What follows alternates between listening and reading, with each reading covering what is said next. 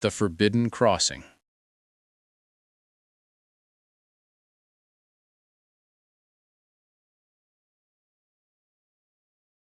Captain Zarak's three eyes scanned the holographic display with growing interest. The Vraxian pirate had seen many strange things in his 20 cycles of raiding across the outer sectors, but this was different. The readings coming from beyond the quarantine zone were unlike anything in his extensive database of salvageable wrecks and abandoned stations. "Captain, those energy signatures are impossible," said Nerith, his navigation officer. The slender Quillarian scales shifted from blue to nervous purple. "Nothing should be generating power in there. The Galactic Council sealed that zone 400 years ago." Zarak leaned back in his command chair, his tail curling with interest.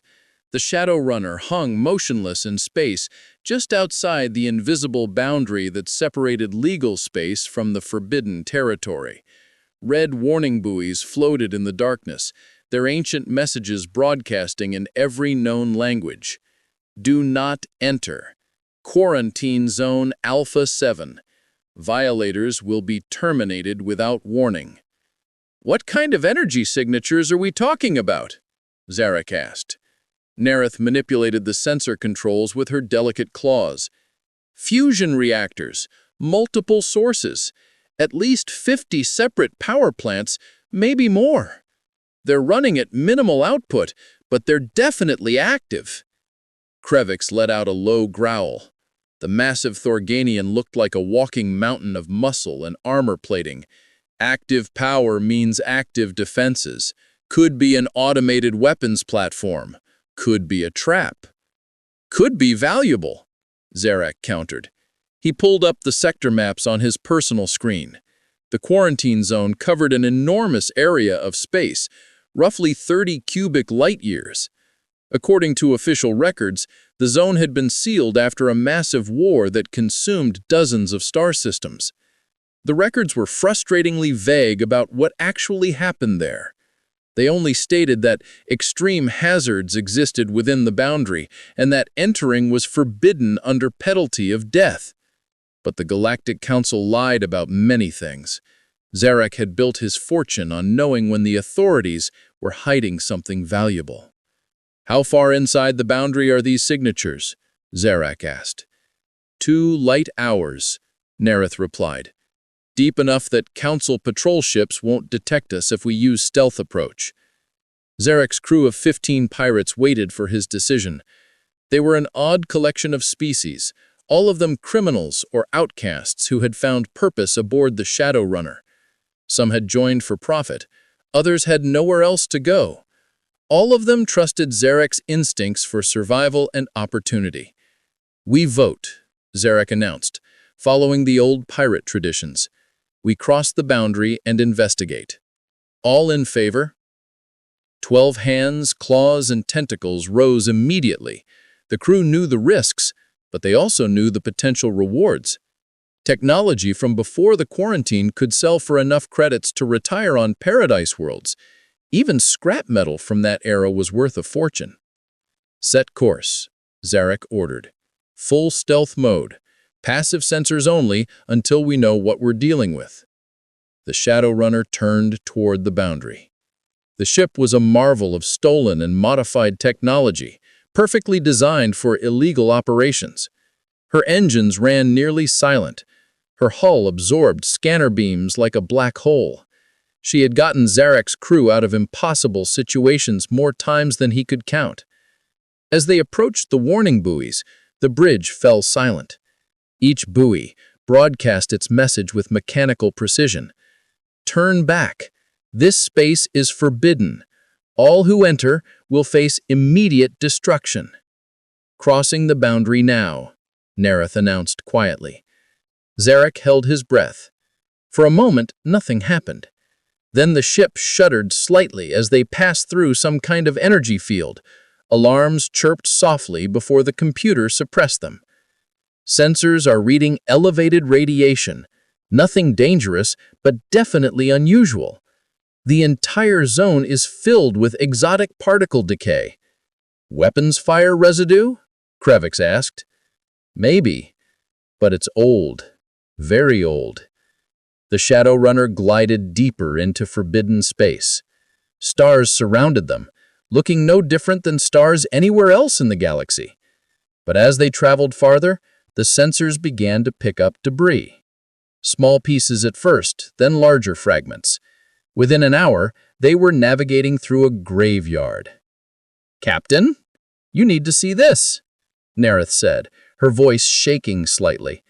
The main view screen activated, showing the space ahead.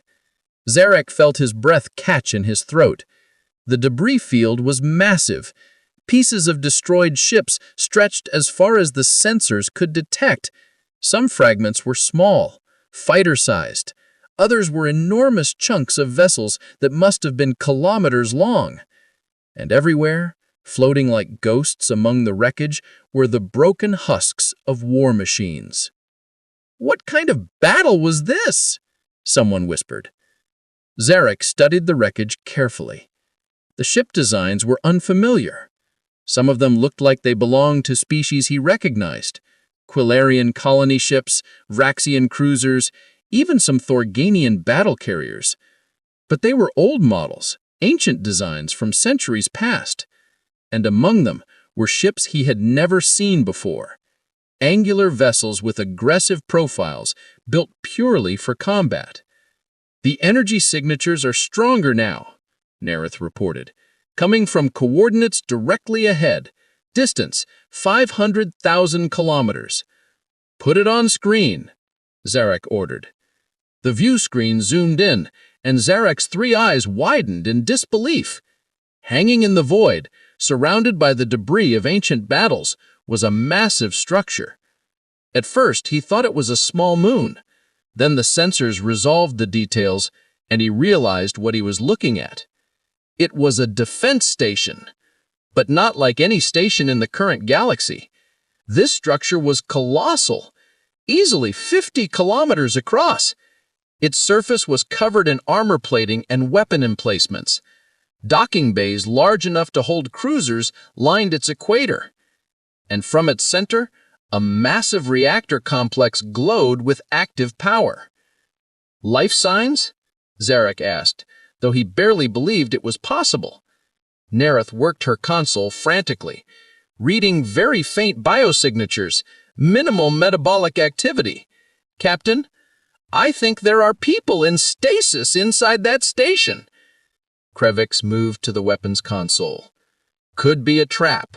Automated weapons platform keeping bodies frozen to lure in salvagers." "Or," Zarek said slowly, "it could be survivors. People who have been waiting for 400 years. He studied the station more carefully. Now that they were closer, he could see markings on the hull. Text in an alphabet that the ship's computer struggled to translate. Finally, words appeared on his screen in Galactic Common. Terran Defense Network. Station Sentinel-9. United Earth Government. "Terran," Zarek repeated. "That's the human word for their homeworld." Every pirate on the bridge turned to stare at the station.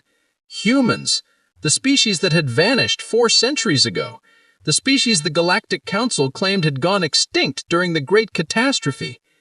Everyone knew the stories. Humans were members of the Council once, controlling dozens of star systems. Then something terrible happened in their region of space. The Council evacuated what they could, but humanity disappeared. The entire human population, billions of individuals across multiple worlds, simply gone. And this was their station, hanging silent in forbidden space, still powered, still waiting.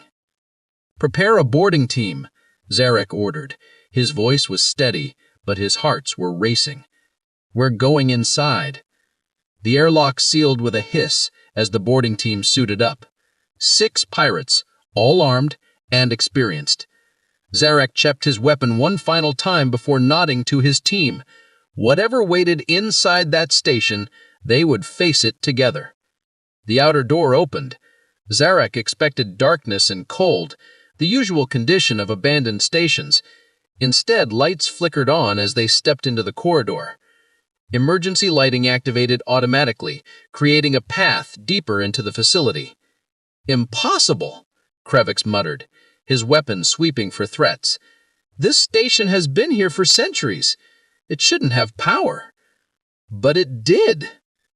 As they moved forward, more systems activated around them.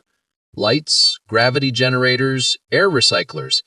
Everything was still functioning, maintained by automated systems that had kept the station alive for 400 years. The corridor was wide and functional. The walls were bare metal, reinforced with additional plating. Human text covered every surface. The computer in Zarek's helmet translated the words. Medical bay, engineering, command center, hibernation deck. The truth unveiled. Elena's fingers moved across the terminal with practiced precision. The screens around the command center flickered to life, displaying data that had been locked away for 4 centuries. Zarak and his crew watched in growing disbelief as the truth began to unfold before them. 423 years ago, Elena began, her voice steady but cold. Humanity detected something at the edge of our territory. Anomalies in space-time, rifts opening between dimensions. She pulled up sensor readings that showed reality itself tearing open. We thought they were natural phenomena. At first, we were wrong. The screen changed to show something that made Zarak's scales crawl with instinctive fear. Dark shapes emerged from the rifts. They weren't ships or creatures in any traditional sense. They were absences, voids in space that consumed everything they touched. Light, matter, energy, all of it simply ceased to exist when these things passed through. We called them the Void Collective, though we never knew if that was truly their name. They didn't communicate, they didn't negotiate, they simply consumed. She pulled up battle footage. Human ships engaged the void entities, firing weapons that seemed to have no effect. Traditional weapons were useless. Energy beams fed them. Kinetic projectiles passed through them. Nuclear warheads only made them stronger. Nerith's scales had turned a pale white with fear. What were they? Predators from another dimension, Elena said, a universe where entropy works differently, where matter and energy are food to be harvested. They found a way to breach into our dimension, and once they arrived, they began feeding. The footage showed entire planets being consumed, worlds that had housed billions of lives simply vanishing as the void entities passed over them. The darkness spread like an infection, eating away at reality itself. The Galactic Council's response was immediate, Elena said, and Zarak could hear the bitterness in her voice. They declared a full evacuation of the affected sectors, retreat to the core worlds, consolidate defenses, abandon the outer territories. She turned to face Zarak directly. That meant abandoning humanity. Earth was on the front line. If the Council evacuated, the Void Collective would follow the fleeing ships. Billions would die. Krevix growled softly. "So you stayed?" "We had no choice," Elena replied. Earth held 27 billion humans. Our colonies held another 18 billion. We couldn't evacuate that many people, not in time, and even if we could, leading the Void Collective into the heart of Council space would doom every species in the galaxy. She pulled up more data. Battle reports, casualty figures, strategic assessments. The numbers were staggering. We held them at the Kepler system for 2 years, lost 4 billion defending those worlds. We fell back to the Ross cluster and held for another year, lost 6 billion more. Every system we abandoned, we made sure nothing was left for them to feed on. We collapsed stars, we detonated planets, we turned our own worlds into graveyards to deny them sustenance. Zarak felt something uncomfortable stirring in his chest. He had always believed the Council's version of history, that humanity had fled like cowards, abandoning their responsibilities. But this was something else entirely. "The Council evacuated behind our defensive lines," Elena said quietly. "They took their people, their technology, their resources. They left us medical supplies that were already outdated, weapons that barely functioned, and promises of support that never came." She pulled up a recording. It showed a human in military uniform, old and exhausted. He stood on the bridge of a massive warship surrounded by other tired faces. The man spoke, and the computer translated his words into galactic common. "This is Admiral Chen, commander of the Terran Defense Network. To any council representative receiving this message, we require immediate reinforcement. The Void Collective has breached the Armstrong Line. We're falling back to Earth's orbital defense grid. We need ships, we need weapons, we need help." The recording ended. Another one began, dated 3 months later. The same admiral, now looking even more exhausted. "This is Admiral Chen. Second request for reinforcement. We've lost Mars. Jupiter Station is gone. We're evacuating Earth's population to the deep space habitats. We can hold for another 6 months if the Council sends support." Another recording, 6 months later. "This is Admiral Chen. Final request. We know you're not coming. We know you've written us off. But understand this. When we activate the containment protocol, when we seal the dimensional rifts, you'll be safe. The Void Collective will be trapped here with us. You're welcome." The recording ended. Ilana turned off the screens. The containment protocol, that was humanity's final plan. We built a network of dimensional anchors across 50 star systems, massive reactor complexes powered by our largest ships and stations. When activated simultaneously, they would collapse the rifts the Void Collective used to enter our dimension, trap them here, cut them off from their home universe. "But that would trap you too," Nerith said quietly. "Yes," Ilana confirmed. "We knew the protocol would seal us in with them, but it would save the rest of the galaxy. The Void Collective would be contained in a dead zone, unable to spread, unable to feed. They would eventually starve and fade back into whatever dimension they came from." Zarak's mind was reeling. "The quarantine zone. That's what it is. A prison. You turned your entire territory into a prison to contain these things?" "Correct," Ilana said. "The containment protocol was activated 417 years ago. Every human ship, every station, every reactor complex fired simultaneously. The dimensional barriers were reinforced, the rifts collapsed, and the Void Collective was trapped." She walked to the viewport, staring out at the debris field. "But the protocol required massive amounts of power. Ships had to overload their reactors, stations had to burn through centuries of fuel in minutes. Most of the fleet was destroyed in the activation. Most of humanity died that day. But some survived," Zarak said. "A few thousand of us," Ilana replied. "Personnel on hardened stations like this one. People in deep hibernation who were protected from the energy surge. We survived the activation, and then we waited. We believed the Council would come back, that once the threat was contained, they would rescue the survivors. We waited for decades before we finally accepted the truth." "They weren't coming," Krivik said. Ilana nodded. "The Council sealed the zone and declared it forbidden. They told everyone that humanity had gone extinct, that we had been consumed by some unknown catastrophe. And the galaxy believed them because it was easier than admitting the truth." "What truth?" Zarak asked, but he was beginning to understand. "That the Council abandoned us to die," Ilana said, her voice sharp with controlled anger. "That humanity sacrificed itself to save species who wouldn't lift a finger to help us. That 45 billion humans died while the Council ran away and then took credit for containing the threat." She turned back to face them. "The quarantine zone exists because of human sacrifice. Every species in the galaxy owes their existence to what we did. And the Council buried that truth because they were ashamed. Because acknowledging it would mean admitting they abandoned their allies. It would mean admitting they're cowards." The command center fell silent. Zarak felt the weight of 4 centuries of lies pressing down on him. Everything he had been taught about the quarantine zone was false. Everything about humanity's extinction was a cover story to hide the Council's betrayal. "How many of you are left?" Zarak asked quietly. Ilana checked the terminal. "On this station, 127. But there are other stations in the zone, other survivors. The network shows 43 facilities with active power signatures. If they have similar survival rates, there could be several thousand humans still in hibernation throughout the zone." "Several thousand?" Nerith repeated. "From 45 billion? "We're what's left," Ilana said. "The last remnants of humanity, sleeping in the tomb our people built to save the galaxy." Zarak made a decision. It was reckless and dangerous and probably would get him killed, but it was the right decision. We're taking you out of here. All of you. Every human we can find. His crew stared at him in shock. Krivik stepped forward.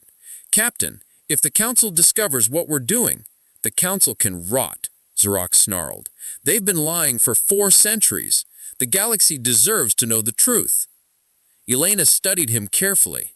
Why would you help us? You came here for salvage, for profit. This doesn't benefit you at all. Because it's right, Zorak said simply. Because what happened to humanity was wrong, and because someone needs to tell the truth, even if it costs everything. He activated his communicator. Shadowrunner, this is Captain Zorak. I need you to plot courses to every active power signature in the quarantine zone. We're collecting survivors. There was a long pause before his pilot responded. Captain, that will take weeks, maybe months. We don't have the supplies for an operation that size. Then we'll make multiple trips. Start with the closest facilities. Elena placed her hand on his arm. Captain, before we proceed, there's something else you need to know. Something important about the Void Collective. Zorak felt a chill run down his spine. What? Elena pulled up new data on the terminal. It showed the current state of the quarantine zone, energy readings, spatial anomalies, dimensional stability. The containment protocol was designed to last 500 years. After that, the dimensional barriers would begin to degrade. The rifts would start reopening. How long until that happens? Zorak asked, though he dreaded the answer. 83 years, Elena said. We have 83 years before the barriers fail completely, and when they do, the Void Collective